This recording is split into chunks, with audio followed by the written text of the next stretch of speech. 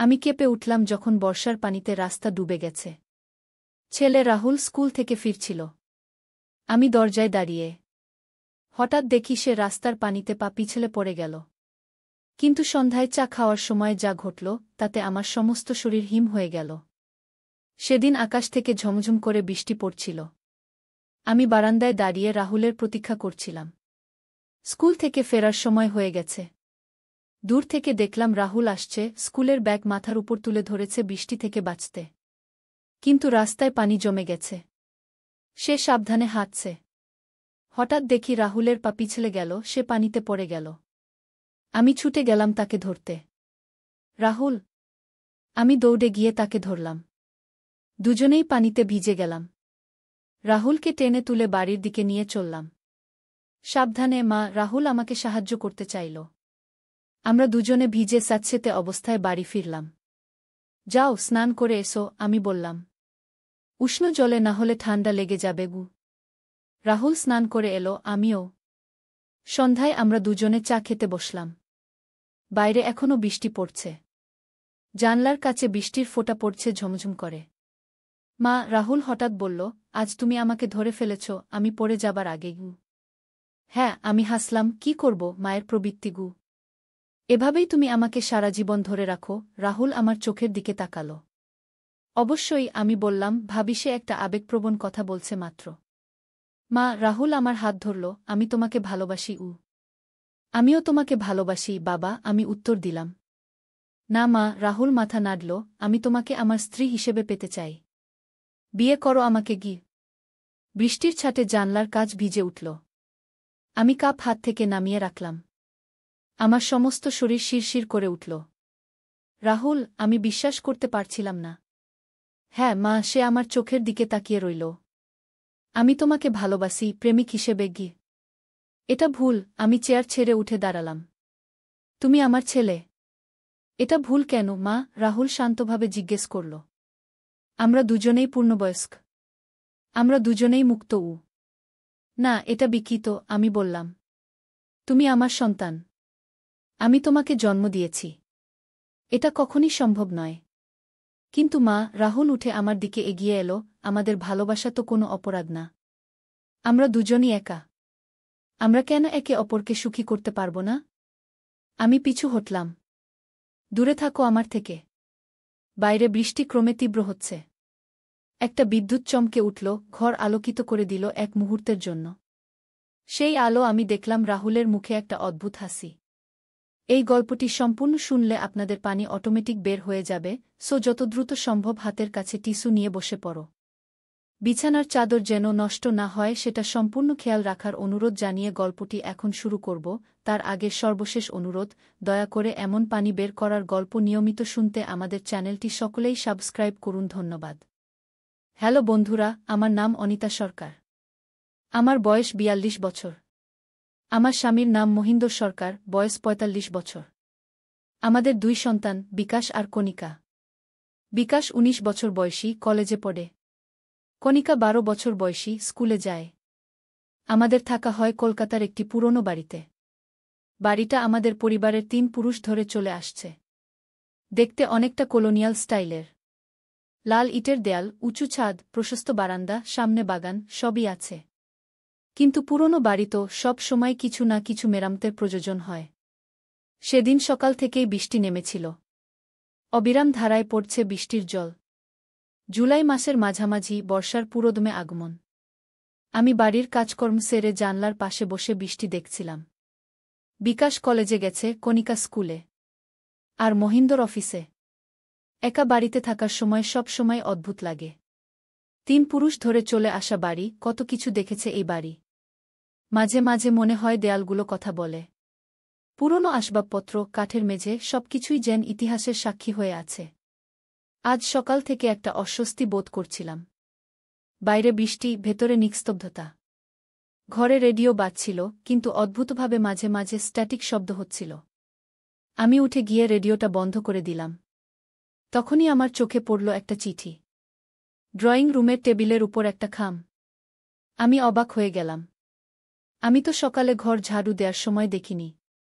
তাছাড়া পোস্টম্যান তো এখনো আসেনি। এই বৃষ্টিতে সে আসবেই বা কি করে? ধীরে ধীরে খামটার কাছে গেলাম। সাদা খাম। উপরে কিছু লেখা নেই। কোনো ঠিকানা নেই, স্ট্যাম্প নেই। আমি খামটা তুলে নিলাম। হালকা। ভেতরে কিছু আছে মনে হচ্ছে। হাতের মধ্যে ঘুরিয়ে ফিরিয়ে দেখলাম। কে রাখল? কে দিল? কখন এলো? খামটা খুলতেই হাতে এলো একটা পুরনো ফটো। সেপিয়া টোনের একটা ছবি। একটি মহিলা, দেখতে অনেকটা আমার মতোই। তার পাশে একটি পুরুষ, যার সাথে মহিন্দরের কিছুটা মিল আছে। আর তাদের মাঝখানে একটি ছোট ছেলে, বয়স বছর ৫। ছবির পেছনে একটা তারিখ ১৯৭৮, তার নিচে লেখা আমাদের প্রথম বাড়ি, মিরাট রোড। অদ্ভুত, আমাদের এই বাড়ির ঠিকানা তো মিরাট রোড নয়। এটা তো লেক টেরাস, দক্ষিণ কলকাতা। আর আমাদের পরিবারে কারোর এমন পুরনো ছবি থাকার কথা নয়। মহিন্দরকে জিজ্ঞেস করব ভাবলাম। তখনই বাইরে প্রচণ্ড শব্দ করে বাজ পড়ল। আমি চমকে উঠলাম। খিড়কির দিক থেকে একটা আওয়াজ ভেসে এলো। জলের শব্দ। আমি ফটোটা টেবিলে রেখে খিড়কির দিকে এগোলাম। খিড়কিতে গিয়ে দেখি বাগানের দিকের জানলা খোলা। বৃষ্টির জল ঢুকে মেঝে ভিজে গেছে। আমি দ্রুত জানলা বন্ধ করতে গেলাম। জানলার পর্দা উঠছিল। ভিজে গেছে পুরোটাই। ঠিক তখনই দেখলাম জানলার বাইরে একটা অদ্ভুত ছায়ামূর্তি। কিছুক্ষণের জন্য আমার শ্বাস বন্ধ হয়ে গেল। বাইরে অবিরাম বৃষ্টি, এত ঝাপসা পরিবেশে স্পষ্ট দেখা যাচ্ছে না। তবু আমি দেখতে পেলাম বাগানের মাঝখানে একটা মেয়ে দাঁড়িয়ে আছে। পরনে সাদা পোশাক, লম্বা চুল, মাথা নিচু করে আছে। কে? কে ওখানে? আমি চিৎকার করে উঠলাম। মেয়েটি মাথা তুলল। আমার বুকের ভেতর ধক করে উঠল। মেয়েটির মুখ দেখা যাচ্ছিল না, কিন্তু সে আমার দিকে তাকিয়ে আছে, এটা বুঝতে পারছিলাম। আমি জানলা খুলে বাইরে তাকালাম। কে তুমি? কি চাও? আমি জিজ্ঞেস করলাম। মেয়েটি ধীরে ধীরে হাত তুলল আমার দিকে। যেন আমাকে কাছে ডাকছে। আমি ভয়ে স্থির হয়ে গেলাম। বৃষ্টি এত জোরে পড়ছে, কিন্তু মেয়েটি ভিজছে না। তার চারপাশে যেন বৃষ্টি পড়ছে, কিন্তু তার গায়ে এক ফোঁটাও পড়ছে না। ঠিক তখনই আমার মোবাইল বেজে উঠল। আমি চমকে পেছনে তাকাতেই মেয়েটি অদৃশ্য হয়ে গেল। বাগানে শুধু বৃষ্টি, কোথাও কেউ নেই। ফোনটা ধরলাম, মহিন্দরের ফোন। হ্যালো অনিতা, তুমি কি ঠিক আছো? মহিন্দর জিজ্ঞেস করল। হ্যাঁ, ঠিক আছি, আমি জবাব দিলাম, কিন্তু গলায় কাঁপুনি ছিল। কি হয়েছে? তোমার গলা কাঁপছে কেন? মহিন্দর চিন্তিত শোনাচ্ছিল। না, কিছু না। বাড়িতে একা একা। বাজ পড়ছে। একটু ভয় পাচ্ছিলাম। আমি তাকে সব বললাম না। এই রহস্যময় ঘটনাটা কি করে বলবো? আচ্ছা, আমি একটু আগেই বাড়ি ফিরছি আজ। বিকাশকে বলেছি কণিকাকে স্কুল থেকে নিয়ে আসতে। বৃষ্টি খুব বেশি, মহিন্দর বলল। ফোন রাখার পর আমি আবার জানলার দিকে তাকালাম। কেউ নেই, কিন্তু আমার মনে হলো কেউ যেন আমাকে দেখছে। বাড়ির চারপাশে ঘন বৃষ্টির জাল, আর তার মধ্যে আমি অসহায়। আমি ফটোটা আবার হাতে নিলাম। এবার আরও ভালো করে দেখলাম। মহিলাটির মুখের গঠন অনেকটা আমার মতো। মহিন্দরের চেহারাও ফটোর পুরুষটির মতো। আর ছেলেটি, বিকাশের ছোটবেলার সাথে অদ্ভুত মিল। এটা কি হতে পারে? আমাদের পূর্বসূরিদের ছবি? কিন্তু এভাবে আজ হঠাৎ সামনে এলো কেন? আমি ড্রয়ারের কাছে গেলাম, যেখানে আমাদের পুরনো ফটো অ্যালবাম রাখা আছে। দ্রুত খুঁজতে লাগলাম। কিছু পাওয়া যায় কি না। হঠাৎ একটা বিষয় লক্ষ্য করলাম। আমাদের পারিবারিক ফটোগুলো কোথায়? যেখানে আমাদের বিয়ের ছবি, বাচ্চাদের ছোটবেলার ছবি সব রাখা ছিল, সেই অ্যালবামটাই তো নেই। উদ্বিগ্ন হয়ে পড়লাম। কিছু একটা ঠিক নেই। আমি দ্রুত বাড়ি খুঁজতে লাগলাম। ফোন করলাম মহিন্দরকে আবার। হ্যালো মহিন্দর, আমাদের পারিবারিক ফটো অ্যালবাম কোথায় রেখেছ? আমি জিজ্ঞেস করলাম। কেন? সেগুলো তো বেডরুমের আলমারির উপরের তাকে রাখা আছে, মহিন্দর জবাব দিল। না, সেখানে তো নেই। আমি খুঁজে দেখলাম, আমি বললাম। তাহলে বিকাশ নিয়েছে হয়তো, কোনো প্রজেক্টের জন্য। ওকে জিজ্ঞেস করো। আমি এখন মিটিংয়ে ঢুকছি, পরে কথা বলি, মহিন্দর বলল। আমি বিকাশকে ফোন করলাম, কিন্তু সে ফোন ধরল না। ক্লাসে থাকবে হয়তো। আমি একটা মেসেজ পাঠালাম তাকে। বাইরে বৃষ্টি চলছে। বাজও পড়ছে মাঝে মাঝে। আমার উদ্বেগ বাড়তে লাগল। আবার জানলার কাছে গেলাম। বাগানে এখনো সেই মেয়েটিকে দেখা যাচ্ছে না। আমি বাড়ির অন্য ঘরগুলো দেখতে লাগলাম। সব ঠিকঠাক আছে কিনা। অতিথি ঘরের দরজাটা খুললাম। দরজা খুলতেই অদ্ভুত গন্ধ পেলাম। স্যাঁতসেঁতে পুরনো সময়ের গন্ধ। এই ঘর তো আমরা প্রায় ব্যবহার করি না। শুধু যখন কোনো আত্মীয় আসে তখনই এই ঘর খোলা হয়। এই ঘরে প্রবেশ করতেই আমার মনে হলো আমি যেন সময়ের অন্য একটা অধ্যায়ে চলে গেছি। পর্দা টানা, কিন্তু বাইরের ঝাপসা আলো ভেতরে আসছে। ঘরের আসবাবপত্র সবই পুরনো স্টাইলের। একটা 4 পোস্টার বেড, পুরনো আয়না, কাঠের আলমারি। আমি ঘরে ঢুকলাম। বাইরের চেয়ে ভেতরটা ঠান্ডা, অস্বাভাবিক রকমের ঠান্ডা। আয়নার সামনে দাঁড়াতেই চমকে উঠলাম। আয়নায় আমার প্রতিবিম্ব, কিন্তু পোশাক অন্য রকম। আমি পরেছি সাধারণ শাড়ি, কিন্তু আয়নায় আমি দেখছি একটা পুরনো ধরনের পোশাক, 1970 এর দশকের মতো। আমি হাত তুললাম, আয়নার আমিও হাত তুলল। কিন্তু আমার মুখের ভাব ভয়ার্ত, আর আয়নার মহিলাটির মুখে একটা বিষণ্ণ হাসি।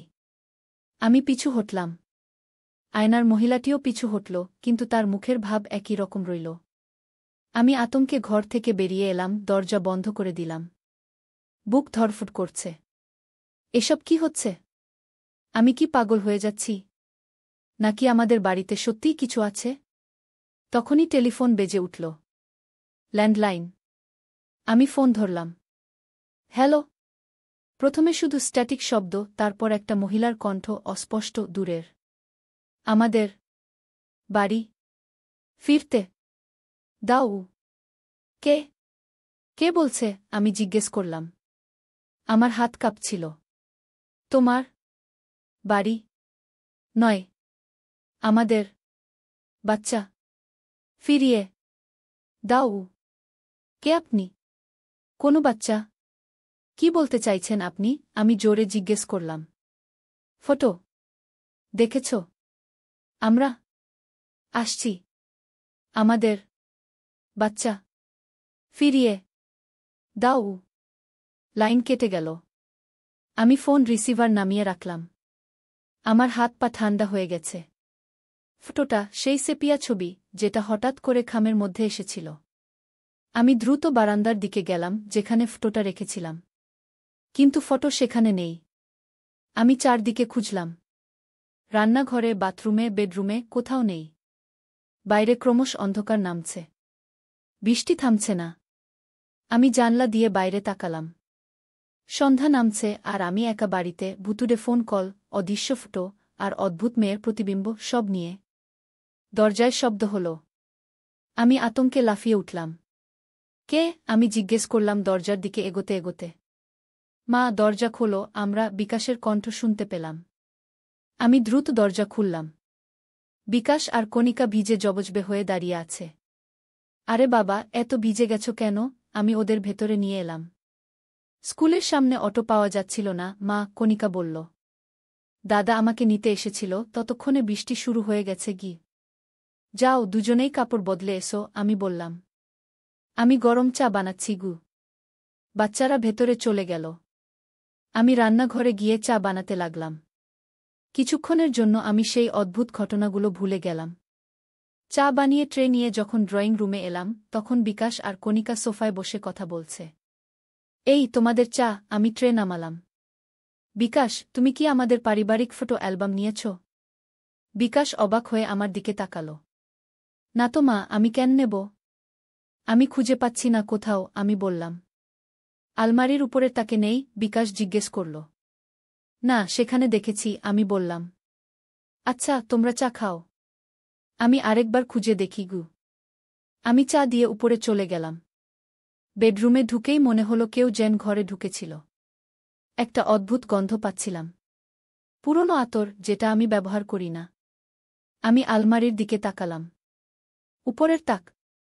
আমি এর আগে দেখেছিলাম, অ্যালবাম ছিল না। এবার আমি চেয়ার টেনে আরও ভালো করে দেখার জন্য উঠে দাঁড়ালাম। অবাক হয়ে গেলাম। অ্যালবাম তো এখানেই আছে। আমি এর আগে কিভাবে দেখিনি? আমি অ্যালবাম নামালাম, ধুলো ঝেড়ে দেখতে লাগলাম। সবই ঠিক আছে, আমাদের বিয়ের ছবি, বাচ্চাদের ছোটবেলার ছবি, পারিবারিক ফটো, সবই আছে। এটা কি সম্ভব? আমি নিজের মনে বললাম। আমি তো এখানেই দেখেছিলাম। অ্যালবাম ছিল না। আমি অ্যালবামটা ড্রয়িং রুমে নিয়ে এলাম। দেখো, পেয়ে গেছি, আমি বাচ্চাদের দেখালাম। কোথা ছিল মা? কণিকা জিজ্ঞেস করল। আলমারির উপরেই, আমি বললাম। আমি আগে কিভাবে দেখিনি বুঝতে পারছি না গি। তুমি এমনিতেই একটু অন্যমনস্ক, বিকাশ হাসল। আমি অ্যালবাম খুলে দেখতে লাগলাম। সবই ঠিকঠাক আছে। তারপর আমি একটা জিনিস লক্ষ্য করলাম। অ্যালবামের পিছনের অংশে একটা পকেট আছে যেখানে অতিরিক্ত ফটো রাখা হয়। আমি সেটা খুলে দেখলাম। আর ঠিক সেখানেই পেলাম সেই সেপিয়া ফটোটা, যেটা আমি আজ সকালে খামে পেয়েছিলাম। এ কি করে সম্ভব? আমি অবাক হয়ে ভাবলাম। এটা তো খাম থেকে বেরিয়েছিল। কি হয়েছে মা? বিকাশ জিজ্ঞেস করল। এই ফটোটা, এটা কি আগে কখনো দেখেছ? আমি ওদের দেখালাম। বিকাশ ও কণিকা ফটোটা দেখল। না, কখনো দেখিনি, বিকাশ বলল। কারা এরা? জানি না, আমি বললাম। তবে পেছনে লেখা আছে 1978, আমাদের প্রথম বাড়ি, মিরাট রোড। এরা দেখতে অনেকটা আমাদের মতো দেখতে, কণিকা বলল। দেখো না, এই মহিলাটি মায়ের মতো, আর এই পুরুষটি বাবার মতো গু। আমি ফটোটার দিকে আবারও ভালো করে তাকালাম। কণিকা ঠিকই বলেছে। আমার মনে হলো এটা আমাদের পরিবারের কোনো প্রাচীন ফটো হতে পারে। তোমার দাদু দিদার ফটো হতে পারে? আমি বিকাশকে জিজ্ঞেস করলাম। হতে পারে, বিকাশ বলল। বাবাকে জিজ্ঞেস করব যখন আসবেন উ। ঠিক তখনই মূল দরজার লক শোনা গেল। মহিন্দর ফিরে এসেছে। ভেতরে এসে সে আমাদের সবাইকে একসাথে দেখে অবাক হল। কি হয়েছে? সবাই এক জায়গায় বসে কি আলোচনা করছ? সে জিজ্ঞেস করল। এই ফটোটা দেখছি, আমি বললাম। ফটোটা তার দিকে এগিয়ে দিলাম। এটা তোমার পরিবারের কেউ? মহিন্দর ফটোটা হাতে নিয়ে দেখল। তার মুখের ভাব পাল্টে গেল, সে যেন হঠাৎ পাংশু হয়ে গেল। এটা তুমি কোথায় পেলে? সে জিজ্ঞেস করল, তার গলা ভারী শোনাচ্ছিল। পারিবারিক অ্যালবামের পিছনের পকেটে ছিল, আমি বললাম। কারা এরা? মহিন্দর ফটোটা টেবিলে রাখল। এটা আমার কাকা কাকিমার ফটো, সে বলল। তাদের ছেলে সুমন্তের সাথে গু। তোমার কাকা কাকিমা? আমি অবাক হয়ে জিজ্ঞেস করলাম। তাদের কথা তো আগে কখনো বলনি গি। কোনো প্রযোজন হয়নি, মহিন্দর বলল। সুমন্ত ছোটবেলাতেই মারা গিয়েছিল গু। ছোটবেলাতেই? কিভাবে? আমি জিজ্ঞেস করলাম। একটা দুর্ঘটনায়, মহিন্দর বলল। তারা সবাই মিরাট রোডের বাড়িতে থাকত। একদিন রাতে বাড়িতে আগুন লাগে। ওরা তিনজনই মারা যায় উ। কণিকা ভয় পেয়ে আমার কাছে সরে এলো। কি ভয়ানক! হ্যাঁ, মহিন্দর বলল। এই ঘটনার পর আমার বাবা ওই বাড়ি বিক্রি করে দেন। এই ফটোটা ওই সময়ে তোলা, 1978 সালে, আগুনের দুর্ঘটনা ঘটার কয়েক মাস আগে কি। কিন্তু এরা দেখতে আমাদের মতো কেন? আমি জিজ্ঞেস করলাম। আমাদের পরিবারে অনেকের চেহারায় মিল আছে, মহিন্দর বলল। এটা খুব অস্বাভাবিক কিছু নয় গু। আমি ফটোটা আবার হাতে নিলাম। এবার আরও একটা জিনিস লক্ষ্য করলাম। ফটোটার একটা কোণে কিছু লেখা আছে, অস্পষ্ট, প্রায় মুছে যাওয়া অবস্থায়, আমরা ফিরে আসব। আমি মহিন্দরকে দেখালাম। এটা দেখেছ? মহিন্দর লেখাটা দেখল। না, আগে কখনো লক্ষ্য করিনি, সে বলল। তার গলা শুকিয়ে গেছে যেন। আমাদের বাড়িতে অদ্ভুত ঘটনা ঘটছে আজ, আমি ধীরে ধীরে বললাম। খাম থেকে এই ফটো বেরিয়েছিল, আয়নায় আমি অন্য পোশাকে নিজেকে দেখেছি, বাগানে একটা মেয়ে গু। কি বলছো তুমি? মহিন্দর আমার কথা কেটে দিল। এসব কি অদ্ভুত কথাবার্তা? বাচ্চাদের সামনে এসব বলো না গি। বিকাশ আর কণিকা অবাক হয়ে আমাদের দিকে তাকাচ্ছিল। আমি বুঝতে পারলাম মহিন্দর কিছু লুকাচ্ছে। ঠিক আছে, আমি বললাম। পরে কথা বলবো উ। সেদিন রাতে খাওয়া দাওয়া শেষ করে সবাই ঘুমাতে চলে গেল। কিন্তু আমি ঘুমাতে পারছিলাম না। বাইরে বৃষ্টি পড়ছিল এখনো, আর আমার মাথায় নানা চিন্তা ঘুরপাক খাচ্ছিল। মধ্যরাতে হঠাৎ আমার ঘুম ভেঙে গেল। কেউ যেন ডাকছে আমার নাম। অনিতা। অনিতা গু। একটা মহিলার কণ্ঠ। আমি উঠে বসলাম। মহিন্দর গভীর ঘুমে। আমি চারদিকে তাকালাম। ঘরে কেউ নেই। অনিতা গু। আবার সেই ডাক। এবার শব্দটা আসছে বাইরে থেকে। আমি উঠে জানলার কাছে গেলাম। বাইরে এখনো বৃষ্টি পড়ছে। আমি জানলা খুলে বাইরে তাকালাম। বাগানে বৃষ্টির মধ্যে সেই মেয়েটি দাঁড়িয়ে আছে। এবার আরও স্পষ্ট দেখা যাচ্ছে। সে আমার দিকে হাত বাড়িয়ে আছে। কে তুমি? কি চাও? আমি ফিসফিস করে বললাম। আমাদের বাচ্চা গু। মেয়েটি বলল। আমাদের বাচ্চা ফিরিয়ে দাও উ। কোনো বাচ্চা? কি বলছো তুমি? আমি জিজ্ঞেস করলাম। সুমন্ত। আমাদের সুমন্ত উ। মেয়েটি বলল। আমি হঠাৎ বুঝতে পারলাম। এটা মহিন্দরের কাকিমা। সেই যে ফটোতে ছিল। তোমাদের সুমন্ত তো নেই, সে অনেক আগেই গে। আমি বলতে যাচ্ছিলাম, কিন্তু মেয়েটি আমার কথা কেটে দিল। আমাদের সুমন্ত তোমাদের কাছে আছে, সে বলল। বিকাশ নামে গু। আমার পা থেকে মাথা পর্যন্ত ঠান্ডা হয়ে গেল। না, এটা সম্ভব নয়। জিজ্ঞেস করো তোমার স্বামীকে, মেয়েটি বলল। সে সব জানে গু। আমি পিছনে ফিরে দেখলাম মহিন্দর জেগে উঠেছে, আমার দিকে তাকিয়ে আছে। তুমি কার সাথে কথা বলছো? সে জিজ্ঞেস করল। আমি আবার জানলার দিকে তাকালাম। মেয়েটি অদৃশ্য হয়ে গেছে। শুধু বৃষ্টি পড়ছে ঝমঝম করে। মহিন্দর, আমি ফিরে এসে ডাকলাম। আমাদের বিকাশ সম্পর্কে আমাকে সব সত্যি বলো উ। মহিন্দর চুপ করে রইল। তার মুখে ভয়ের ছাপ। মহিন্দর, আমি আবার ডাকলাম। বলো। মহিন্দর গভীর শ্বাস নিল। বসো, সে বলল। আমি সব বলছি উ। আমি বিছানার কিনারায় বসলাম। মহিন্দর বলতে শুরু করল। 25 বছর আগে আমি আর আমার বড় ভাই এই বাড়িতে থাকতাম। আমার ভাইয়ের নাম মহেশ। তার স্ত্রী সুমিত্রা আর ছেলে সুমন্ত, তখন তার বয়স মাত্র 4 বছর গো। সেই ফটোতে যাদের দেখেছ তারাই, মহিন্দর বলল। একদিন রাতে বাড়িতে আগুন লাগে। আমার ভাই আর তার স্ত্রী আগুনে পুড়ে মারা যায় উ। আর সুমন্ত? আমি জিজ্ঞেস করলাম, গলা কাঁপছিল। সুমন্ত বেঁচে যায়, মহিন্দর বলল। কিন্তু শরীরের বেশিরভাগ অংশ পুড়ে যায়। চেহারা সম্পূর্ণ বিকৃত হয়ে যায় উ। তারপর? আমি জিজ্ঞেস করলাম। সে হাসপাতালে ছিল। আমি তাকে দেখতে যেতাম। একদিন এক ডাক্তার আমাকে বলল, সুমন্ত বেঁচে থাকলেও তার জীবন হবে যন্ত্রণাদায়ক। চেহারা বিকৃত, পুরো শরীরে ব্যথা, আর লোকের কাছে নিজেকে লুকিয়ে রাখতে হবে সারা জীবন উ। আর তখন আমি সিদ্ধান্ত নিলাম সুমন্তকে মুক্তি দেওয়ার। মহিন্দর বলল, তার গলা ভারী হয়ে আসছিল। কি করলে তুমি? আমি ভয়ে জিজ্ঞেস করলাম। আমি তার অক্সিজেন লাইন সরিয়ে দিলাম, মহিন্দর বলল। কেউ জানতে পারেনি। সবাই ভেবেছিল সে প্রাকৃতিকভাবে মারা গেছে গি। মহিন্দর, আমি বিস্ময়ে চিৎকার করে উঠলাম। তুমি কি করেছ? আমি তাকে কষ্ট থেকে মুক্তি দিয়েছিলাম, মহিন্দর বলল। আমি ভেবেছিলাম এটাই সেরা সমাধান উ। কিন্তু বিকাশের সাথে এর কি সম্পর্ক? আমি জিজ্ঞেস করলাম। মহিন্দর আরও গভীর শ্বাস নিল। আমরা সন্তানহীন ছিলাম। তুমি জানো, আমরা অনেক চেষ্টা করেছিলাম। তারপর আমি আশা ছেড়ে দিয়েছিলাম। কিন্তু একদিন আমি সিদ্ধান্ত নিলাম, যদি আমি কোনো শিশুকে দত্তক নিই গ। আমি বুঝতে পারছিলাম সে কি বলতে চাইছে। তুমি বিকাশকে দত্তক নিয়েছিলে? হ্যাঁ, মহিন্দর বলল। কিন্তু বিকাশ ঠিক যে কোনো শিশু নয় গ। কি বলতে চাইছ? আমি জিজ্ঞেস করলাম, যদিও আমি জানতাম উত্তরটা কি হবে। বিকাশ জন্মেছিল সেদিন, যেদিন সুমন্ত মারা গিয়েছিল, মহিন্দর বলল। একই হাসপাতালে। আর তার চেহারা, গড়ন, সব সুমন্তের মতো। যেন সুমন্ত আবার ফিরে এসেছে গ। তুমি বিশ্বাস করো বিকাশ আসলে সুমন্ত? আমি জিজ্ঞেস করলাম, বিশ্বাস করতে পারছিলাম না। আমি জানি না, মহিন্দর বলল। কিন্তু আমি একটা সুযোগ দেখেছিলাম। আমার ভুলের প্রায়শ্চিত্ত করার একটা সুযোগ। সুমন্তকে আবার একটা জীবন দেওয়ার সুযোগ উ। কিন্তু আমাকে কখনো বলনি। আমি চিৎকার করে উঠলাম।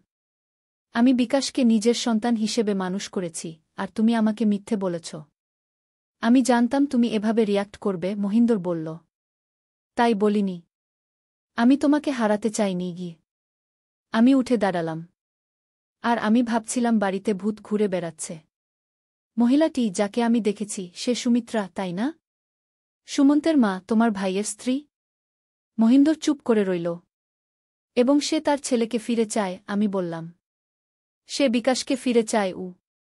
না, মহিন্দর চিৎকার করে উঠল। বিকাশ আমাদের ছেলে। সে আমাদের কাছেই থাকবে। সে সুমন্ত নয়, মহিন্দর, আমি শান্তভাবে বললাম। সে বিকাশ, দত্তক নেওয়া আমাদের ছেলে। তুমি ভুল করেছিলে সুমন্তের সাথে যা করেছিলে, কিন্তু এখন বিকাশকে নিয়ে সুমিত্রাকে ভুল বোঝাতে দিও না গ। মহিন্দর উঠে দাঁড়াল। তুমি কি করতে চাও? আমি সুমিত্রার সাথে কথা বলবো, আমি বললাম। আমি তাকে বোঝাবো, বিকাশ সুমন্ত নয়। বিকাশ আমাদের ছেলে। আর তুমি যে অন্যায় করেছ তার প্রায়শ্চিত্ত করার অন্য পথ খুঁজে বের করব গো। মহিন্দর আমার হাত ধরল। তুমি ঠিক আছো? না, আমি ঠিক নেই, আমি বললাম। আমার বিশ্বাস ভেঙে গেছে, আমার বিশ্বাস যে আমাদের সম্পর্ক সত্যের উপর দাঁড়িয়ে আছে। কিন্তু এখন আমি ঠিক করতে চাই সব কিছু গু।